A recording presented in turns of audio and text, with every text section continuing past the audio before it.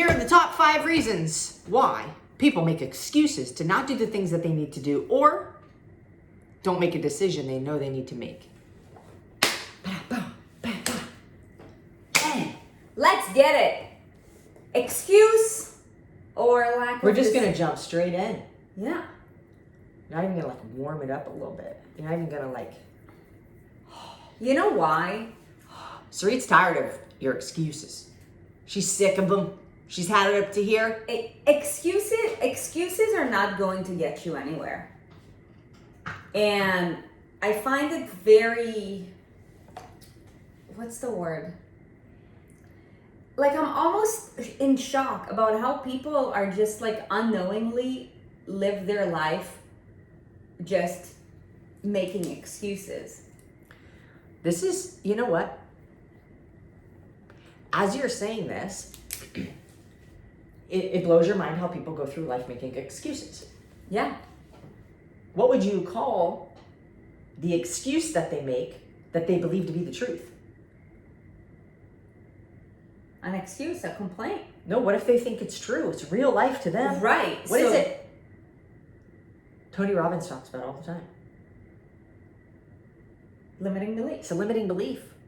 Like you have a chance right now to literally audit your life. Anytime you say a reason why you can't do something that you feel like you need to do or you think you want to do, audit that real quick. The reasons like why you say you can't, and ask yourself if that's actually really true. Because most of, like, I would say there's actually a good deal of time where people make an excuse, but they actually truly, genuinely believe it to be true. Yeah. To be honest, I believe that most people who make excuses make it because they just don't know any better. Yeah, they don't realize they're making an excuse. So most people are just living their life lying to themselves, not even being aware of it. And you cannot change what you're not aware of. So if you keep telling yourself, I have no time to work out, that's what you're going to believe. And that will be the reality. But the truth is that is not the full truth. You just haven't figured out how do you create more time so that you're able to fit it in, if that is something that is truly important to you. So opportunity number 1 is, let's figure out if the reasons why you said you can't do something are actually true or if you're just full of poo-poo. Yeah, and opportunity number 2 is this really a priority of yours? Yes. And you just haven't figured it out, or are you just straight up lying to yourself and you're now like blurbing it to somebody else and you're lying to them also? You know what? Here's the deal. Here's why I don't like when I hear excuses, because if I know that somebody's making an excuse, I know that they're lying. It's true. And if you are lying to yourself, you are okay lying to everybody else, because it all starts and it all ends with you. We were talking about this last night when we were going for a walk. And I said, man, I'm really sad for people, but I'm also it makes me angry. It makes me sad because people believe the excuses that they're making, but it also makes me angry because like I'm wrong when they believe that their lie to themselves is the truth. In their eyes, I'm wrong, and they can't see what's really happening. And Oops, I'm sorry. Louder. That's my shoe. And it really, I don't know if angry is the right word, but I get so frustrated for people. Passionate. And so one of the purposes of this video is to say, hey, are you making an excuse? Most of the time it is. And we think it's a legitimate reason, but you have choices. That's what is the difference between an excuse and a reason. It's your choice. Sorry, an excuse, and a reason is your choice. So an excuse and reason could be interchanged. It can be used interchangeably, but you have a choice. I like to use the example of you going to work. One might wake up and say, I have to go to work today. As a matter of fact, I have to go to work today. And the truth is, you don't have to do anything. You're choosing to do something because you either want an outcome that it gives you, or you don't want an outcome. Yeah, you don't want an outcome that will come if you don't do the thing, right? So you could choose to not go to work, right? Mm-hmm. But you might not have a job for very long, Yeah. right? And the result of that would be maybe that you're not making money, and then you wouldn't be able to afford your rent or food or whatever. And so you don't want that consequence. So you have to think, like, every decision you make is a choice. And what we want to talk about is like 5 reasons why, either an excuse or a reason why you don't choose to do something that you feel like you need to do. Okay. So let's get to it. Yes. And I want to go back to the lie thing. Okay. Because this is really important. Okay. You wouldn't lie to somebody that you care about, right? Mm. Do you care about yourself? I don't know. Something I wrote the other day is lying to someone for the sake of their feelings doesn't do them any good. Oh, girl, you look great in that. When meanwhile you're like, I don't know. That color's not really... Right? Like, you're lying to save somebody's feelings doesn't do them any good. Somebody's sitting on the couch eating McDonald's and you know it's killing them. Like, they're doing it regularly and you know it's killing them, and you're just like, oh yeah, no, it's all good. Like, lying to them for their feelings and not saying like, hey, you need to get your shit together, you're killing yourself. Mm-hmm. Like, is not doing any good to them. So if you're lying to yourself about things, you might not know it. Again, not trying to make anybody out to feel like a bad person, but just want to bring awareness to what's an excuse you're making. And usually when an excuse is made, it's because that person thinks that the thing they're making an excuse for is a higher priority than it actually is. So let's go to the 5 things. Yeah. In no particular order. So, excuse number 1, time. I have no time. I have no time to work out. I have no time to meal prep. I have no time. And look, we're all busy people. Most of us are, busy people. Now, there's a difference between busyness and productivity. Thank you. And, productivity is how many of your busy activities are actually moving the needle forward in terms of your life, in terms of your health, in terms of your professional goals, in terms of your financial goals. So you see, most people are living their life being busy, but not actually getting themselves anywhere.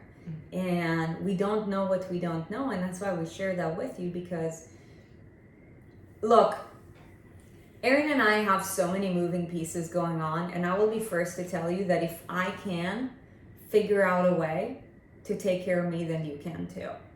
Now, the only difference between you and I, if that is something that you really want, I believe that most people say that they want to get in shape, but when it comes to, sacrificing time, energy, money, the 3 life buckets, they're not going to show up for it, which means you don't really want it, because actions speak louder than words. Easy to talk about it, harder to be about it. Now, if I can, so can you. Now, if you're the type of person who's like, yeah, I'm ready to make this a priority, just that Sarit, like, I don't have any time. We just need to figure out a way to start creating time. And something that's important to acknowledge as well is that if you're the type of person, let's say you're working 2 jobs, you also got 2 kids, and you just have so many moving pieces. Look, we're not just going to bring 2 hours out of thin air back into your life. Like, there is a progression, and that's why if you want to do this the right way, do not expect any drastic or dramatic changes to be created in your schedule, to be created within your routines, to be created with, your action steps, because it's like climbing up a staircase. You have to climb up 1 step and feel good about it, feel confident about it, and then you have to climb up the next step. So I want to ask you a question, Sarit, because if somebody wants to figure out how they can make more time, just really quick, going back to you saying like, oh, maybe it's not a high enough priority. Mm-hmm. If that's the case, that is your choice, right? We're not trying to make a bad guy out of anybody. We just want you to be real with yourself, right? If I say, oh, I want to hang out with you, And then like when you call, I ignore you. Like, no, I don't want to hang out with you, right? So it's essentially that. Like you're literally lying. So just determine like, hey, is this genuinely this thing that I'm going to do? Let's use exercise as an example. Is me getting in shape, losing weight, feeling good about myself a priority? How high is it up there? Because if it is high enough, I guarantee you we'll make time for it. Now, one of the other reasons why we are okay lying to ourselves in some of these situations is because we don't have a clear or strong enough purpose to do it. We don't understand what the real reason is why we want to do it. So maybe we think of the weight loss is not a high enough priority, but being afraid that your spouse is going to leave you for somebody who's not as fat or better looking is a stronger why. And maybe that's the thing that you want to go after. And now all of a sudden, weight loss goes higher up in the priority list.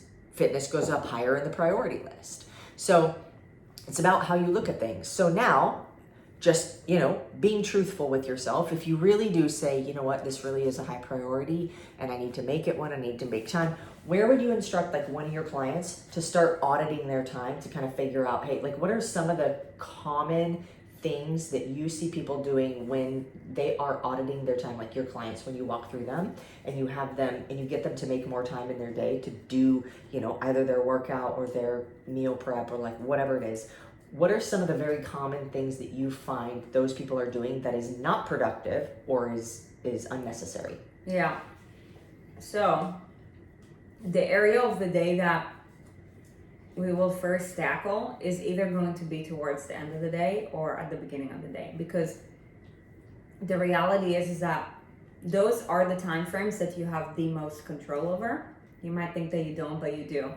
When you're at work, there is a lot of responsibility of you. Like, basically you're expected to do certain things. Okay. Now, before you go to work and after you come from work, the time is yours, and what you choose to do with it is up to you.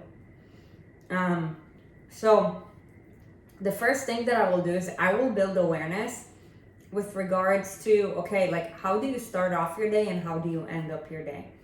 And it's almost like if you ever shuffled cards, if like you ever try to like insert like 2 cards into the stack of cards, it's like you want to slide it in.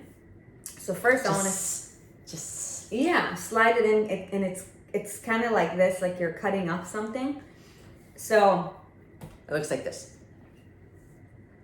Yeah, like a deck of cards that you're shuffling, right? Like we'll want to take a look at your morning chunk, evening chunk, and see based on what's happening there, are there any, like tiny time frames where time is not being used effectively? If so, what we do is we bring cards either closer to, farther away from, or remove it to create space. Right? Because life in and of itself is what? Time, matter, space, intelligence, energy. And energy. Time, matter, space, energy, and intelligence. Okay, so it really is just a shift. Okay, shifting the space and the time and the energy of your activities. And I'll tell you the hardest thing about it. I want to know some of the things though, literally, like when you work with your clients one-on-one, what are some of the things they either end up changing, shifting? I want to give them some ideas and like how can they make changes? Well, it really all depends on what are you most willing to change. So that will vary from. But what are some of the most common things that your people end up changing? Is it morning routine? Actually having one? Is it waking up a little bit earlier? Is it going like? It's either adding some things in the morning or taking away stuff at night. So something that's really common is like social media scrolling at night, which is keeping the person up later, which makes them snooze in the morning. Which might be how you found this video. Maybe. Which makes them wake up later and not have enough time to, start creating some kind of morning routine. So it's like, wake up, get ready for work, go to work. It doesn't have to be this way. Now, I'm not saying that you need to work out in the morning if that's what you want. You can do it in the evening. So really... So social media scrolling. Mindless TV. Honestly, binge eating. Binge eating wastes time. Waste of time. What else? Those are the top Those few. are the top 3. Okay. Social media scrolling, mindless TV watching, and binge eating. Yeah. Binge eating is like a double whammy when you stop doing that. There's a process to it. But also, if you're curious to know how to coach with one of our coaches one-on-one, we'll put a link in the description below for the Inner Circle program, which is the one that you'll want to look into. It's an investment, so be ready for it, but we'll put an application down below in case you are wanting help with some of these things one-on-one. With time, some of the adjustments that we made, so I'll tell you, when I was training for a figure competition, this was way long time ago, and this is like before I struggled with very heavy disordered eating patterns, but I had to do 2 hours of cardio every day. I needed to do a weight training workout, which is usually like an hour. That's 3 hours of working out. I'll do the math. And then I had a full workload. I don't have any kids, so, I didn't have that on my plate. I had a boyfriend at the time, okay? So I had to wake up way before anybody else. I had to get my hour in the morning. Then I had to start work. And then on my break, I had to do a workout, a weight training workout. And then I go back to work. And then after work, I did my other hour of cardio. And then when I went home, I literally ate and I went to bed. Okay, my entire life revolved around and now that's not how anybody wants to live, but what I'm saying is, if you really want to make something happen, you will make the time to make it happen. That's it. When an emergency happens in your household, or, if, heaven forbid, something happens, like a kid breaks an arm and you've got to take him to the doctor, or, if your dog starts puking and, acting weird and you got to take him to the vet, you make it a priority. You're like, I don't care what else is on the calendar. Clear that shit out. I got to take care of this. Why? Because it's important. Deck of cards pushed away. Shuffle, shuffle, shuffle. Yeah. You adjust your time according to what is in the highest priority. I think for one, I think that this entire video should just be about time, so that we can add more value to you. Yeah, for sure. I think also people have the wrong expectations when it comes to, taking better care of yourself, becoming healthier, losing weight, transforming your body, to the extent of your goals, right? People think that, in order for you to lose weight, get in better shape, take better care of you, you have to now start drinking like a gallon of water a day and work out 2 days, twice per day, and, only eat chicken and broccoli, and, just do all of that. And if you stare a little bit, then you're off. No. Especially if your lifestyle has been garbage. So all we're saying is that, you need to develop awareness, right? Like, we all have the same 24 hours in a day, all of us, okay? And imagine if there was the 24-hour clock and we were to literally just stack cards in a 360 direction, as close as possible to one another. If you want to create a shift of how that deck of cards look, you're gonna move one card at a time. So most people literally try to, modify the entire deck all at once, and then they wonder why it's a hot mess. Take one card at a time, shift it in another direction, and then, where did this deck of cards analogy come in? Just right now. I had to try really hard to figure that one out. Because I was just thinking about shuffling cards, right? Like in order to move, let's say the card that was like all the way on the left-hand side to the middle, you have to create. I thought they were like this. Now we're in a straight line. Yeah, so now it's what's happening? This is a magic deck of cards. Yeah. Whether you put it in a straight line, you put it in a circle, it doesn't matter. Okay? In order for you to keep the form of it, you're gonna move one card at a time. You're not gonna like just take the entire deck and move it around at once. That's what most people do, and that's why most people have a rude awakening. And by the way, just because you failed once doesn't mean that you're a failure. Just because you failed once doesn't mean that this is not meant for you. Most people are just not determined to overcome their defeat, and they let their negative attitude just weigh them down. May I add another analogy, just in the case that one doesn't hit somebody? Yeah. It is one thing at a time. And you know what Sarit is saying essentially is that most people think that they don't have enough time to do what they need to do. We're going to use working out and fitness and meal prep and being healthy as an example, because that's the industry that we're in, and that's probably why you found us. But you know, the reason why most people say they don't have time is because their expectation of what they're going to have to do is that it's going to take them 3 hours a day. And you're thinking about it maybe from a perspective of what you've tried in the past that you didn't succeed with. And so, you know, if you think rather than, you know, in terms of, I'm going to have to drink my gallon of water, work out twice a day, you know, go to bed at 7:30 p.m., wake up at 5 a.m., like, of course you're going to be overwhelmed, and of course you're not going to follow through. But, you know, when a kid is growing and you see them every day, it doesn't really look like anything's changing. But if you don't see them for a year, you're like, whoa, look how much you've grown.